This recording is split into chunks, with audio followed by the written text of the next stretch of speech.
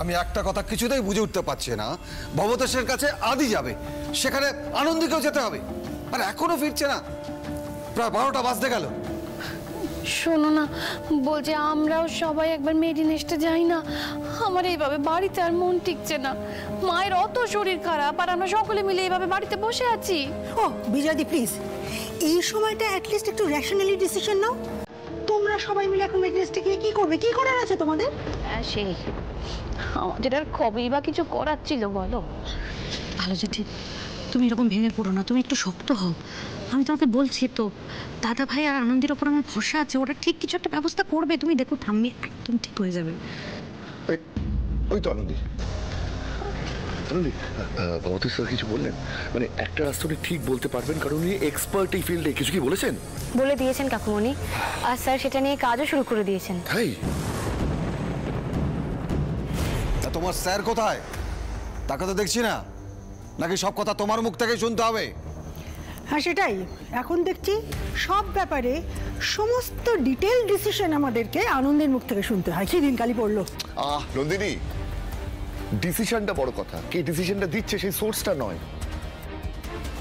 সব ব্যাপারে কি বললেন স্যার? বলো। আমরা ঠাম্মিকে আরো কিছুদিন একটু সুস্থ জীবন দিতে পারবো হয়তো। তার জন্য আমরা নিবলা 92 ভাইরাস নিয়ে কাজ করব। এতে ঠাম্মি কিছুটা হলেও ভালো থাকবে, আর ঠাম্মির বয়সী আরো অনেকে সুস্থ থাকার একটা পথ বেরোবে। ভাইরাস মানে তোমরা সবটা ডিটেক্ট করে ফেলেছো? পুরোটা ডিটেক্ট করতে না পারলেও করে ফেলবো, অন্তত তার রাস্তাটা ঠিক করে ফেলেছি। ওনার লাং ইনফেকশনটা কমানোর আপাতত এটাই রাস্তা। আপনি মুখে যতই রাগ দেখান না কেন স্যার, আমার কথা কিন্তু আপনি ফেলতেও পারেন না। এই, হাউ ডেয়ার ইউ! তুমি এই বাড়িতে পা রাখার সাহস পেলে কি করে? বেরো এক্ষুনি। প্রথম দিনই বাড়িতে এসে বাড়ির বন্ধ ঘরের ভিতর বাড়ির বউদের সাথে যে গল্প করে, তাকে আমি এক মুহূর্তে বাড়িতে সহ্য করবো না। Who are you to decide that? Apurba এই বাড়িতে থাকবে কি থাকবে না সেটা কে ডিসাইড করবে? তুই। এই বাড়িটা তোর একার নাকি তুই যাদের হয়ে সালিশি করছিস তারা কি করবে না করবে সেটাও ঠিক করে দেওয়ার মালিক তুই? শোন, এখন না ঠাম্মি ছাড়া আমরা আর কোনো দিকে কনসেন্ট্রেট করবো না, এটাই আমাদের এখন লক্ষ্য, ঠাম্মিকে সুস্থ করা। সিরিয়াসলি তো না, বুদ্ধি শুদ্ধি দিনকে দিন লোপ পাচ্ছে, দিনকে দিন লোপ পাচ্ছে। ও তুমি না আমার কথা কিছু মাইন্ড করো না। মানে দেখো, তুমি একজন ভাইরোলজিস্ট, তোমাকে আমাদের প্রয়োজন এই মুহূর্তে মাকে ঠিক করার জন্য, নাহলে মাকে আমরা ফেরাতে পারবো না। আমি আপনাদের সাথে আছি, সেটা কেউ চাক বা না চাক। মানুষের সেবা করার ওত নিয়েই তো কাজটা শুরু করেছিলাম। এই প্রজেক্টটাতে আমি, আদি আর ভবতোষ স্যার থাকবো, and আদি উইল লিড আস। বাহ, খুব ভালো। তা কাজটা কি করবে তোমরা? মানে তোমরা কি ভাইসটা স্টাডি করবে? সেই সময় তোমাদের হাতে আছে। সময় থাকুক বা না থাকুক, স্টাডি তো করতেই হবে আমাদের, আর আমরা সাকসেসফুল হবো ভাইরাসটার ভ্যাকসিন তৈরি করতে। এতে ঠাম্মি না, অনেক মানুষেরই প্রাণ বাঁচবে। মার্ভেলাস, তোমরা একটা ব্রিলিয়ান্ট প্ল্যান করে ফেলেছো। একটা ভাইরাসের ভ্যাকসিন যদি আবিষ্কার করা যায় তাহলে তো কোনো ফার্মেসির সাথে কথা বলতে হবে। সেক্ষেত্রে পেটেন্ট নেওয়া, এর একটা বিজনেস অ্যাসপেক্ট আছে, সেটা নিয়ে তো প্ল্যান করতে হবে। দেখুন, আমরা এইসব নিয়ে এখন কিছু ভাবছি না, আর ভাবতেও চাই না। আদি, এই কাজটা কিন্তু খুব একটা সহজ নয়। তোমরা পারবে তো? আরে পারবে পারবে। চাইছি এই ভ্যাকসিনটা মেরিনেস্টের জন্য এক্সক্লুসিভ হোক। শুধু দেশে কেন, আমরা এটা বিদেশেও পাঠাবো। আসলে আমরা তো প্রথম এটা আবিষ্কার করছি, তাই না? এটা একটা পেটেন্ট নেওয়ার ব্যাপার আছে। আপনি লাভ ক্ষতির বাইরে আর কিছু ভাবতে পারেন না? না, মানুষের মানুষের সম্পর্ক, মন, এগুলো আপনার মাথাতেই ঢোকে না? না, আর কতটা উন্নতি করলে তুমি একটু বিশ্রাম নেবে বলতে পারো? হলো তো অনেক, প্রমাণ করেছো তো নিজের ক্ষমতা, নিজের যোগ্যতা অনেকবার প্রমাণ করেছো। এবার একটু শান্ত হও না। এই অপূর্ব, অ্যাপ্রুভাল পেয়ে গেছি, ভাইরাসটা কালই চলে আসবে, আমরা কালকেই কাজ শুরু করে দিতে পারবো। একদম কাজ শুরুই করে দেবো, কিন্তু তার আগে একজন ভাইরোলজিস্ট হিসাবে কিন্তু আমি কয়েকটা কথা এখানে সকলকে বলতে চাই।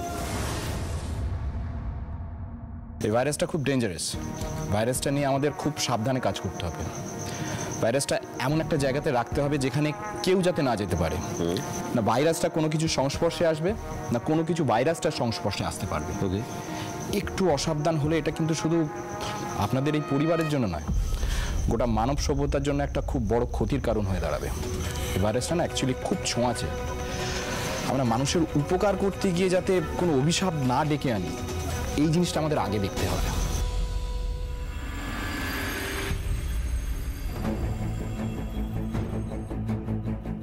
ভাইরাসের ব্যাপারে যত ডেটা, যত ইনফরমেশন আছে সব আজকে রাতের মধ্যেই আমাকে গ্যাদার করতে হবে।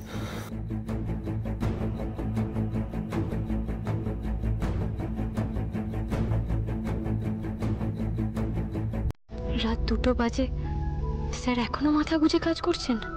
ঠাম্মিকে যে ফিরিয়ে আনতেই হবে।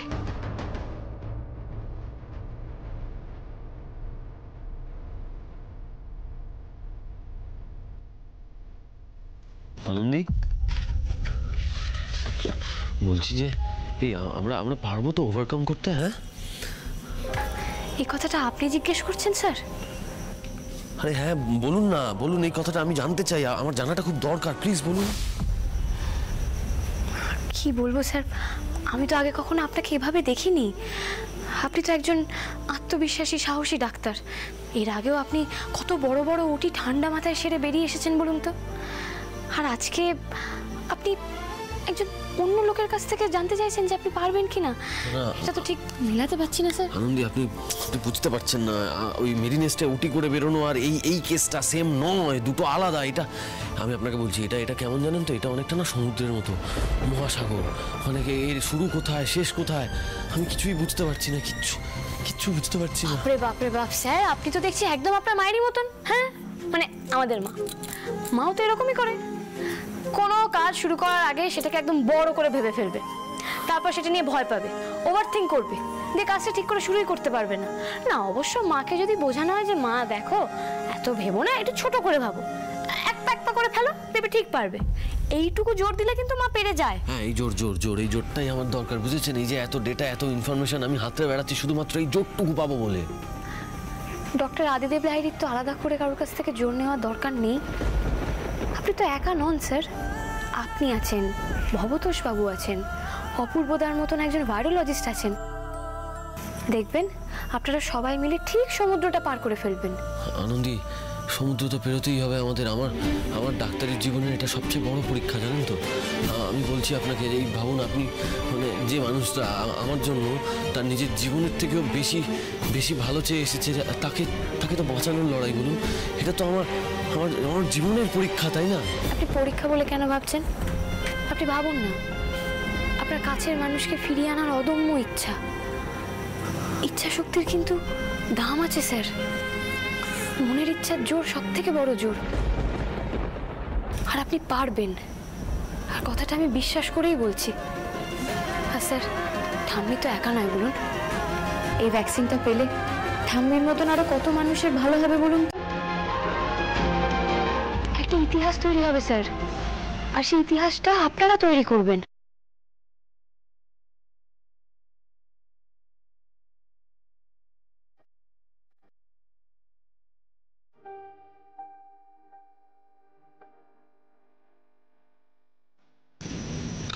কাল রাতে স্যাম্পল ভাইরাসটা চলে আসবে, তারপর থেকেই আমাদের না ওই দিন রাত এক করে পরিশ্রম করতে হবে, জানেন তো। আমি আপনাকে বলছি, এটা হতে পারে এরকম যে ওই ধরুন মেডিকেল সায়েন্সের না একটা অন্যতম আবিষ্কার হতে চলেছে, জানেন তো। আর এই আবিষ্কারটা হলে অনেক গরিব মানুষ উপকার পাবে। এইরকমও হতে পারে যে হয়তো অনেক মানুষ এটার দিকে তাকিয়ে বসে রয়েছে। সত্যি স্যার, আমিও যদি আপনাদের একটু সাহায্য করতে পারতাম। আমার কত ইচ্ছে ছিল জানেন, ডাক্তার। কি বললেন? কি ইচ্ছে ছিল আপনার? ঠাম্মিকে সুস্থ করে ফিরিয়ে আনার থেকে বড় ইচ্ছা এখন আর কিছু নেই স্যার।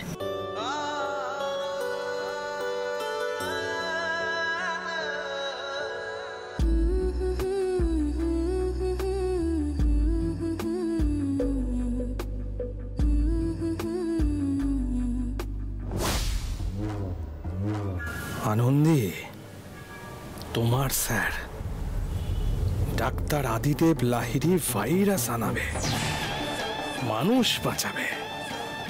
তোমাদের এই স্বপ্ন আমি দুঃস্বপ্নে পরিণত করে দেব। এই ভাইরাসে শুধু ধ্বংস হবে, সমস্ত কিছু ধ্বংস হবে। তোমাদের ধ্বংসের ইতিহাস লেখা আজ থেকে শুরু হয়ে গেল।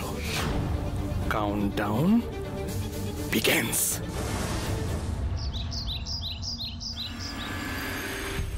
মা, ঠাম্মি, আপনি এসে গেছেন। ও মা আসুন, আপনার মাথা একটু ঠাকুরের পায়ের ফুল চুইয়ে দিয়ে, আর দাঁড়ানি কাটে চন্দন আছে দেখি, একটা ছোট্ট করে টিপ পরিয়ে দিয়ে, আর দাঁড়া কোথায় যাচ্ছেন? এই তো ঠাকুরের প্রসাদ, একটুখানি মুখে নিতে হবে তো। আকরেন দেখি আপনার। দাঁড়াও, আস্তে না আস্তে তোমরা সবাই মিলে কি শুরু করেছো বলো? আচ্ছা ঠিক আছে, কেউ কিছু করবে না, তুমি এসো বসো একটু। তুমি জানো কত মিস করেছি তোমাকে। বসো বসো। মা, মা, এখন একটু ভালো লাগছে তো মা? মা তুমি এখানেই বসো, উপরে যাওয়ার একদম দরকার নেই, এখানে বসে। দাদা আমরা বেশি কথা বলবো না, মা পুরোপুরি সুস্থ হয়ে ওঠেনি কিন্তু। ও মা, আপনি এসে গেছেন। কেমন আছেন মা? একটু হাওয়া করে দে। হাওয়া। হ্যাঁ ও নাচবো। আরে কি হয়েছে বলতো? বাড়ি শুদ্ধ সবাই এত খোঁজ খবর নিচ্ছে কেন? হ্যাঁ রে নাচবো, আমি কি খুব তাড়াতাড়ি পটল তুলবো? না মানে এই বাড়িতে তো জ্যান্ত মানুষের কোনো খাতির হয় না। ও মা তা কেন মা, আসলে আপনার যা অসুখ হয়েছে। কাকিমণি, আপনার মনে সুখ নেই জানেন তো, তাই আপনি সব জায়গায় অসুখ দেখে বেড়াচ্ছেন। ঠাম্মি তো একদম চাঙ্গা আছে কাকিমণি। হ্যাঁ আছি তো একদম। আর বাবা হয়েছেটা কি, ওই তো সামান্য একটু গ্যাস অম্বল, আর তার থেকে চোখে আমি একটু অন্ধকার দেখেছি। ওষুধটা চোখে পকে গেছে। হ্যাঁ এই যে শোনো, শক্ত হার্টের ব্যায়াম যখন আমি আপনার সারিয়ে ফেলেছি, তখন ওইটুকুতে মরছি না। বালাই ষাট, আপনি মরবেন কেন? মরবে তো আপনার শত্রুরা।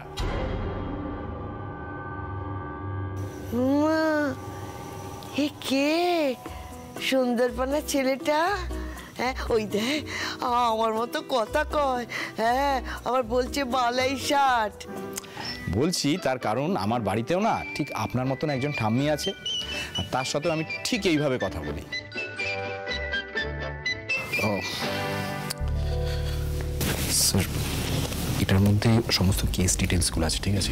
একটু স্টাডি করে নেবেন। ও হ্যাঁ রে দাদু ভাই, তোর বন্ধু বুঝি? উনি একজন খুব বড় ডাক্তার, ওনার নাম অপূর্ব সিনহা। ঠাম্মি, শুধু ডাক্তার বললে তো ওনার পরিচয়টা মানে শেষ হয়ে গেল না, তাই না? ঠাম্মি উনি হচ্ছেন উনি উনি যাকে আমরা তনুশ্রীদির জন্য পছন্দ করেছি। তোমার কেমন লাগলো ঠাম্মি? পছন্দ হয়েছে ওনাকে? বাস নোংরামো শুরু তো, নোংরামো শুরু। তোমার কোনো লজ্জা নেই না? যা মুখে আসে তাই বলতে থাকো। আরে এসব করবে বলেই তো বাড়িতে থেকে গেল। তনুশ্রীকে দেখ, আবার নতুন করে মাথায় সিঁদুর পরবে বলে কিরকম আইবুড়ো সেজে বসে রয়েছে। আপনি এটা কি বললেন? আমি কি ইচ্ছে করে আইবুড়ো সাজছি? আমার এই অবস্থার জন্য আপনারা দায়ী নয়?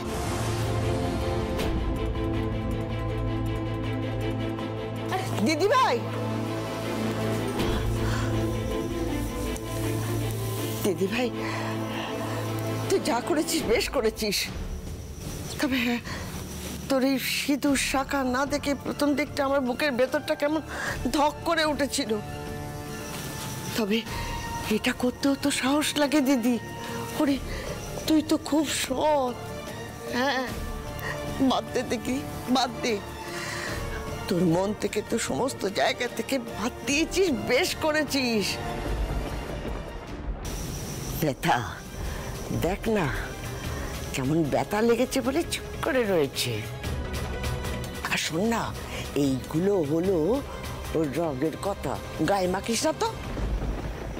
না ঠাম্মি, আমার সত্যি কিছু চাই না গো। আমি একা জীবনটা কাটিয়ে নিতে পারবো ঠাম্মি, আমার কাউকে লাগবে না। তোমরা তো আছো আমার সাথে। দিদি ভাই, আমি হলাম পুরনো যুগের মানুষ রে, তাই আমার ধ্যান ধারণাগুলো একটু আলাদা।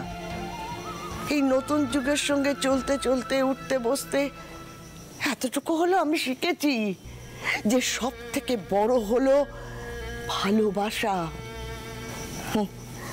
ওই কুলাঙ্গারটাকে বাদ দিয়ে নতুন জীবন শুরু কর দিদি। ছেলেটা খুব ভালো রে, আমার খুব পছন্দ হয়েছে। এই কথাটাই তো আমি তনুশ্রী দেখে কিছুতেই বুঝিয়ে উঠতে পারছিলাম না ঠাম্মি, একটু ভালো করে বুঝিয়ে দাও তো। দাঁড়া দাঁড়া তো, এই যে ছেলে, এদিকে এসো তো দেখি। বলছি আমার দিদি ভাইকে তুমি ভালো রেখো, ওকে ওর মতো করে বাঁচতে দিও, কেমন? থাক না ঠাম্মি। অপূর্বদা বলছি, আপনারা তো আজকে রাত থেকে কাজ শুরু করে দেবেন তাই না? তো কাজে বসার আগে একবার তনুশ্রী দিকে নিয়ে বাইরে থেকে ঘুরে আসুন না দাদা। আমি বলছি শুনুন, একবার যদি মানে বাইরে থেকে বেরিয়ে আসেন তাহলে দেখবেন কাজেও খুব ভালো মন বসবে। যান না দাদা, যান না। হ্যাঁ, সেটা মন্দ নয়। ইনফ্যাক্ট আমি আগেও বলেছিলাম যে বাড়িতে কথা বলতে যদি কোনো অসুবিধা হয় আমরা বাইরে যেতেই পারি। কি তনুশ্রী দেবী, যাবেন? এই তুমি থামো, অনেকক্ষণ ধরে চুপ করে আছে বলে ভেবেও নিও না আমি সবকিছু সহ্য করে নেবো। হ্যাঁ, একদম সহ্য করবি না। বাইরের থেকে ছেলে ডেকে এনে যা নয় তাই আদিক্ষেতা করে যাচ্ছে। আরে তোর বাবা বোকা, কিচ্ছু বোঝে না, তাহলে আমরা এই সমস্ত অসভ্যতা সহ্য করে যাব? এই চৈতি, এক মিনিট। তুমি আগেও অনেকবার বলেছো, আজকেও বলছো, বোকা মানে কি? হ্যাঁ, ভাগ্যিস আমি তুমি আর তোমার ছেলের মতো অতটা বুদ্ধিমান ইন্টেলিজেন্ট হয়ে উঠিনি, তাই এখন আমি মানুষ পর্যায়ে রয়েছি। বাপ, তোমার তো বলে কোনো লাভ নেই। ছোটদা, তুই চুপ করে থাকবি তো? তুই চুপ করে থাকবি? এই মেয়েটা দিনের পর দিন আমাদের লাইফ রুইন করবে আর তুই প্রশ্রয় দিবি ভিতরে ভিতরে, তাই তো? এই ছেলেটা আজকে বাড়িতে এসছে কেন? এত কিছু জানার পর ছেলেটা বাড়িতে এসছে কেন? তুই বল। তুই ভুলে যাস না তুই কি করেছিস। একদম বলিনি, কিন্তু এবার বাড়ির সবাইকে মনে করাবো আমি কে। আমি এই বাড়ির ছেলে। আর তুমি কে ভাই? কে তুমি? বিনয়ের অবতার? হ্যাঁ, বাড়ির সবাইকে ইমপ্রেস করে বাড়ির বউয়ের দিকে হাত বাড়ানো। আজ তোমার কি আমার একদিন। একদম না দাদা, একদম না। দাঙ্গা হাঙ্গামা করতে আমিও পারি। কোন অধিকারে আপনি তনুশ্রীর দিকে আটকাচ্ছেন? কে হয় তনুশ্রী আপনার? আমি যদি আর বেচাল কিছু দেখেছি না, এরপর কিন্তু আমি পুলিশে খবর দিতে বাধ্য হব। অবশ্য আমি চাইলে আগেই পুলিশকে জানিয়ে দিতে পারতাম, কিন্তু আমি দয়া করেছি। কিন্তু কি বলুন তো, আমার দয়া দেখানোরও তো একটা সীমা আছে তাই না? অপূর্বদা, আপনি তনুশ্রী দিকে নিয়ে বাইরে যান প্লিজ।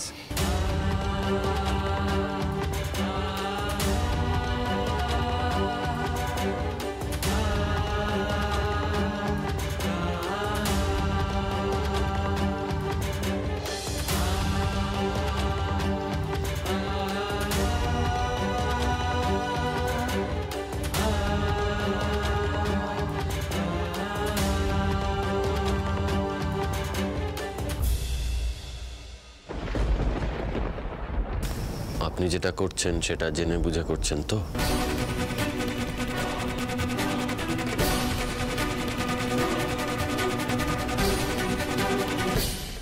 দাদা ভাইকে কখনো না এর আগে এত রেগে যেতে আমি দেখিনি।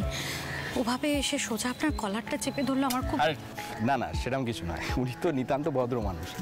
আমি হলেন আগে এক ঘুষিতে নেজাল বোনটা ফ্র্যাকচার করতাম, বাকি কথা পরে হতো।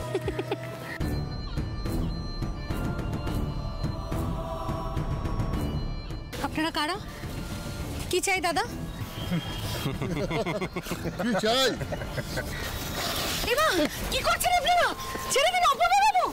মারছিস তো মার, একদম ছাড়বি না। মেরে পায়ের হাড়গুলো গুঁড়ো গুঁড়ো করে দে, যাতে কোনোদিন পায়ে হেঁটে লাইনি বাড়িতে ঢুকতে না পারে। আপনি দূরে যান, আপনি দূরে যান, আমি দেখে নিচ্ছি।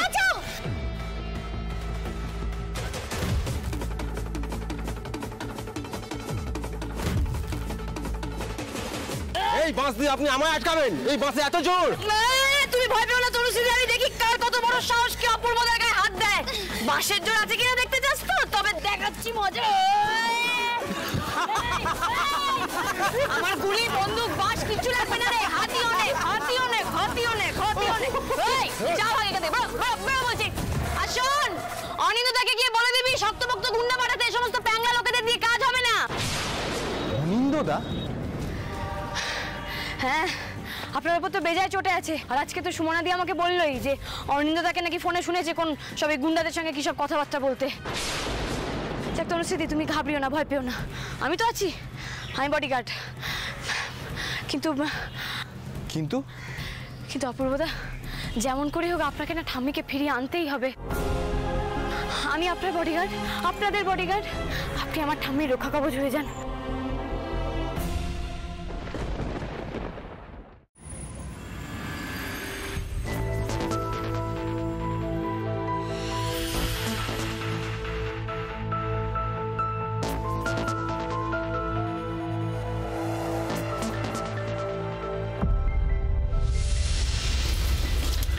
এসো।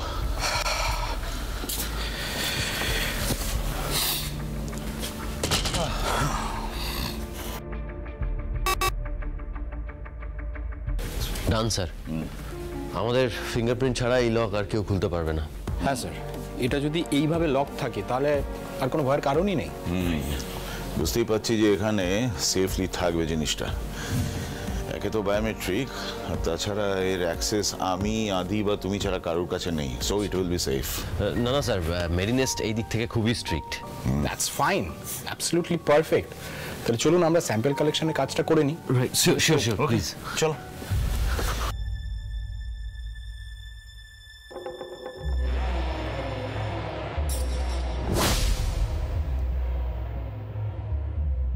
দরজা খোলার চাবি আমি সঙ্গে করে নিয়ে এসেছি। যে করেই হোক ওর ঘরের মধ্যে আমাকে ঢুকতেই হবে।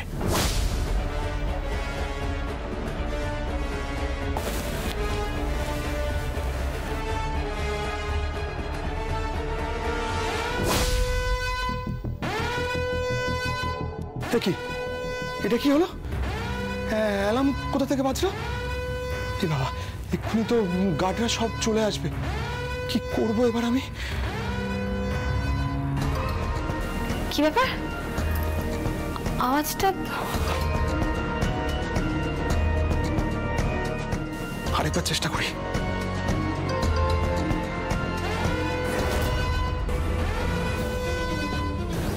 তাই তো, আওয়াজটা তো ওদিক থেকে আসছে মনে হচ্ছে। এদিকে কি হবে এবার? আমি তো ফেসে যাবো। আমি আটকে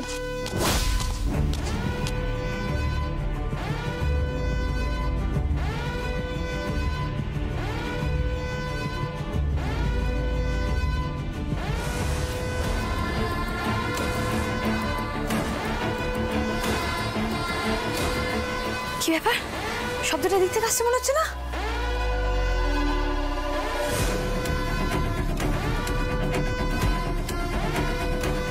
না, এখানে তো কেউ কোথাও নেই, সব তো ঠিকই আছে। স্যারেরা কি ভেতরে? আমি আবার ওদিক থেকে দেখে আসি।